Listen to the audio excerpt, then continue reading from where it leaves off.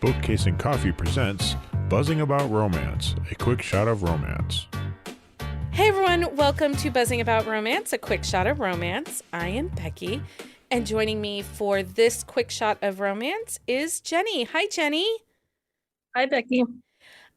So on this episode of A Quick Shot of Romance, we are reviewing The Sweet Spot by Adriana Locke. This is a standalone small town romance. This is published by Montlake, which is a subsidiary of Amazon, and I feel like that's important because I think that plays into the review a little bit on this. I would agree. Okay, go ahead and read us the synopsis from Goodreads. She wants forever. He plays it day by day.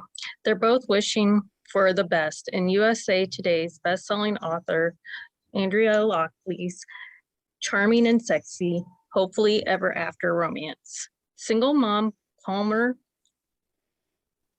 Clark will not be sidelined by the new man in town.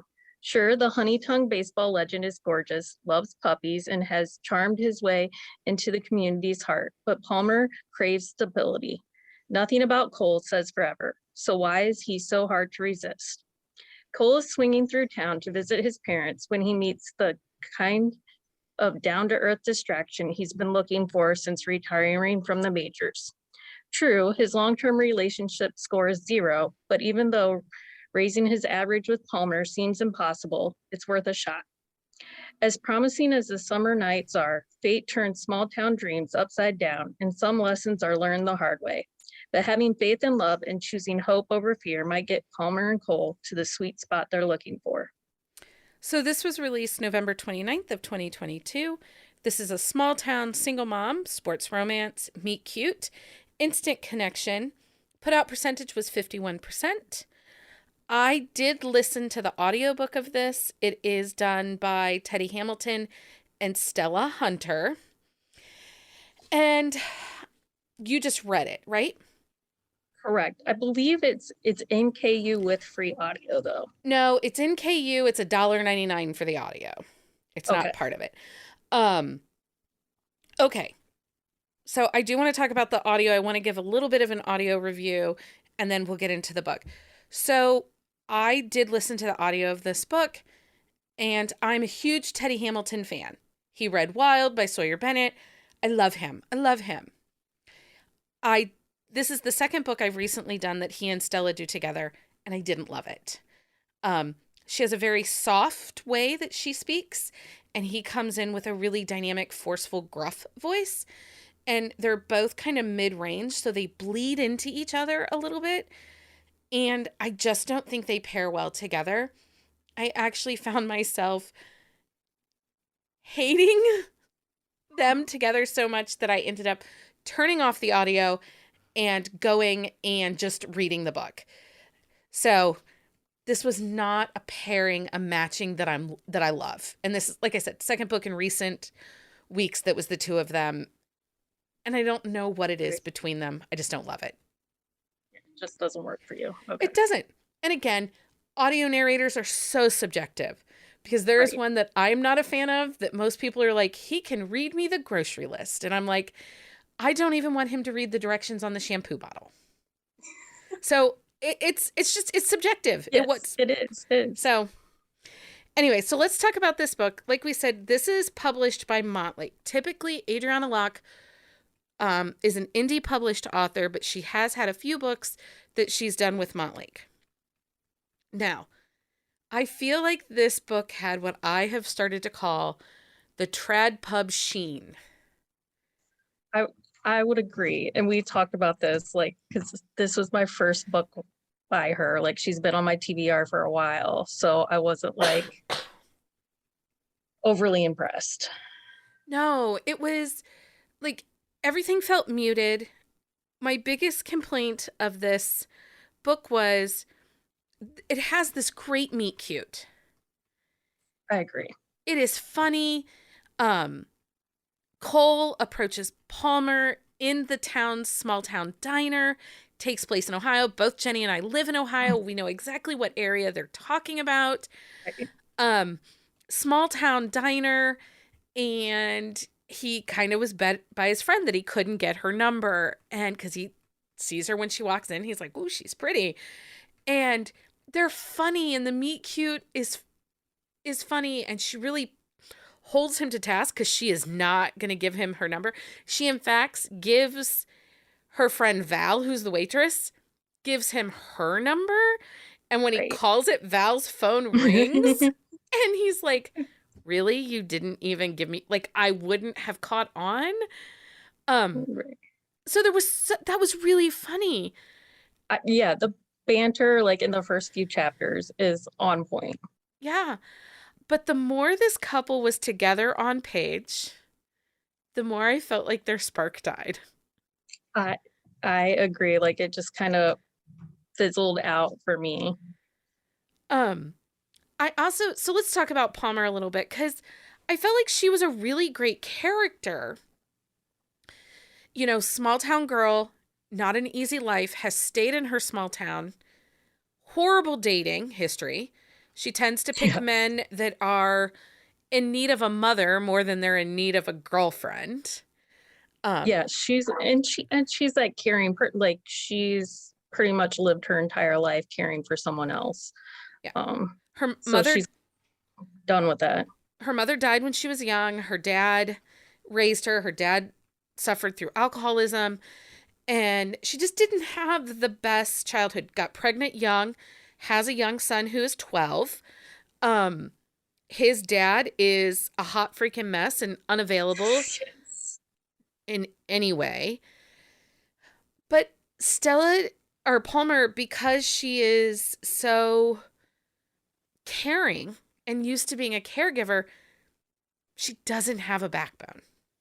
Yeah, that's what I was going to say. She doesn't like stand up for what she wants. Like she's always putting everyone else's needs and wants above hers. Which you get as a mom. Like, you expect that as a mom. But this was even over and above her little guy. Right. Like because she kind of covers up. I mean, I'm not sure that's the right wording, but like she smooths over like the stuff with her son's father, like so he doesn't look like as bad as what he actually is to their son. Right. She doesn't lie to him, but she constantly is covering for him, picking up the pieces he dropped, even, I mean, to the detriment of her own self-esteem. Right. And I struggled with that because I felt like we never got to a point that she had a character arc that she was like, backbone. I am going to stand up for myself. I am going to be more transparent with what's going on with dad. And my son is 12, and he has to realize that sometimes some people don't show up for you. Right. And her son like kind of points that out to her repeatedly, like, hey, I'm not little anymore. And she still, I mean, yeah, again, the mom thing, like you're always gonna baby your babies, but yeah, it felt too much. And what happened is I felt like it had some plot points, like her getting a backbone or her dealing with her coworkers, that we never really got to explore, that would have added depth to who she was. Yes, because even with the coworkers, it was the same thing. Like it would have been nice to see her like get a backbone and even have like a little spat with them. I just wanted someone, and that's the other thing too, I wanted someone to stand up for her, and no one ever stands up for her, and she never stands up for herself. Yes, I agree. So let's talk about Cole. He is recently retired from professional baseball. He was a catcher. Top of his game when he retired. He had a shoulder injury, but there is something else lurking under the surface as to why he retired, and we do not find out that reason until the last 10% of the book. Yeah, is it really that far? Yeah, it's pretty far in because Yeah, because it's their dark moment. It's what leads. And you're questioning what it is. Like, I mean, from chapter 2. And it was done in such a way that I don't like secrets in books. I I'm the same way. And it was this secret, but it wasn't even a secret that we, the reader, knew he was keeping. So had we known what the secret was, I think that as a reader experience, it would have allowed us to give him a little bit more grace, a little bit more leeway. Or if he had talked about the secret with his parents, because he has these really amazing parents Right. and a Because really that's what amazing best friend. right. Like he's like keeping this big thing from like everyone. And I feel like if he wouldn't have kept it from his parents and his best friend, it wouldn't have been as big of a thing, if that makes sense. It wouldn't have annoyed me so much. Because, you're not going to meet somebody and start dating them and then give them all your baggage on the first date. Right. Right. Like you're not just gonna unload that. But for his humanity, for me as the reader to really connect to him as a character and to be cheering him on and to say to Palmer, give him a chance. It's going to be okay. It would have helped if we had known his secret. Because again, because he's holding on to this secret, because we never see him really vulnerable. We don't seem deal with it. Like we just know there's something that's caused him to retire besides just his shoulder. Well, and again, because we don't see his vulnerabilities, it makes him shallow. And so therefore, it's another character that we're lacking depth in.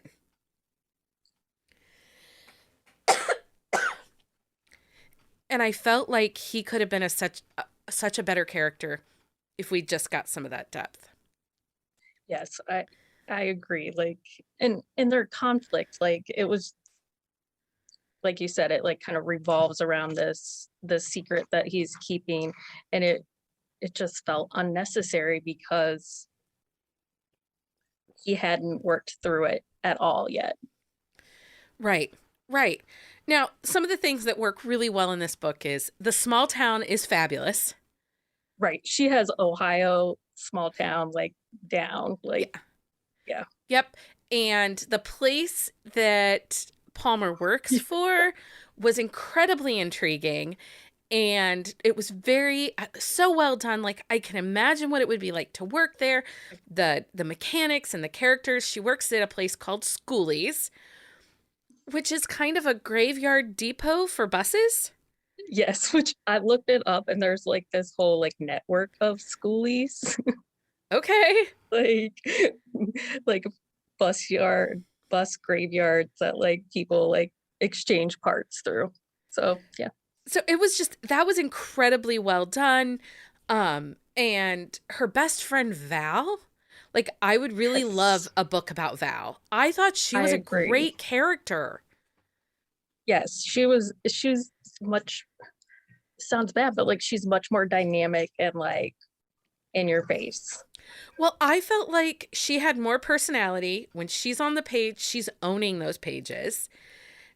And that was the other thing, like Cole has a best friend named Fish, who is also a baseball player or retired baseball player. He was really great. He's still playing. He was a really great character. And again, I was like, okay. When those two characters were on the page at any form, they owned the page. And that's a problem because it wasn't their book. Right. Because I thought the same thing. I'm like, the side characters are stealing the show here. Like, I want to know more about like what's going on at her job or at the like diner type place that Val works, or the sporting goods store. And, right. There were some small town elements that I just wanted more. And things just lacked depth. And it wasn't a short book. I think it was like 300 and some odd pages. But I just felt like we just got the surface of things and there was never really like this in-depth. And that's not typical for Adriana Locke. Typically we get a lot of emotion and these really well thought out characters. And this book, It's just okay. It's just okay. There's nothing wrong. There were no huge errors. It was well edited as far as like no typos, no grammatical errors. Sentences made sense. The structure of the story moved. You know, it hit the points you want to see in romance. Meet cute. You know, getting to know each other, the passion.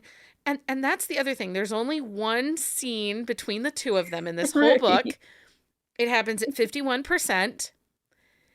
And it felt forced. It felt like there was a checklist. Yes, because I think I told you, I was like, that's it. Yeah, like there's They're one done? scene, and that's not typical of Adriana Locke, because she has a book where there's a scene and it involves food on a table, like in grapes.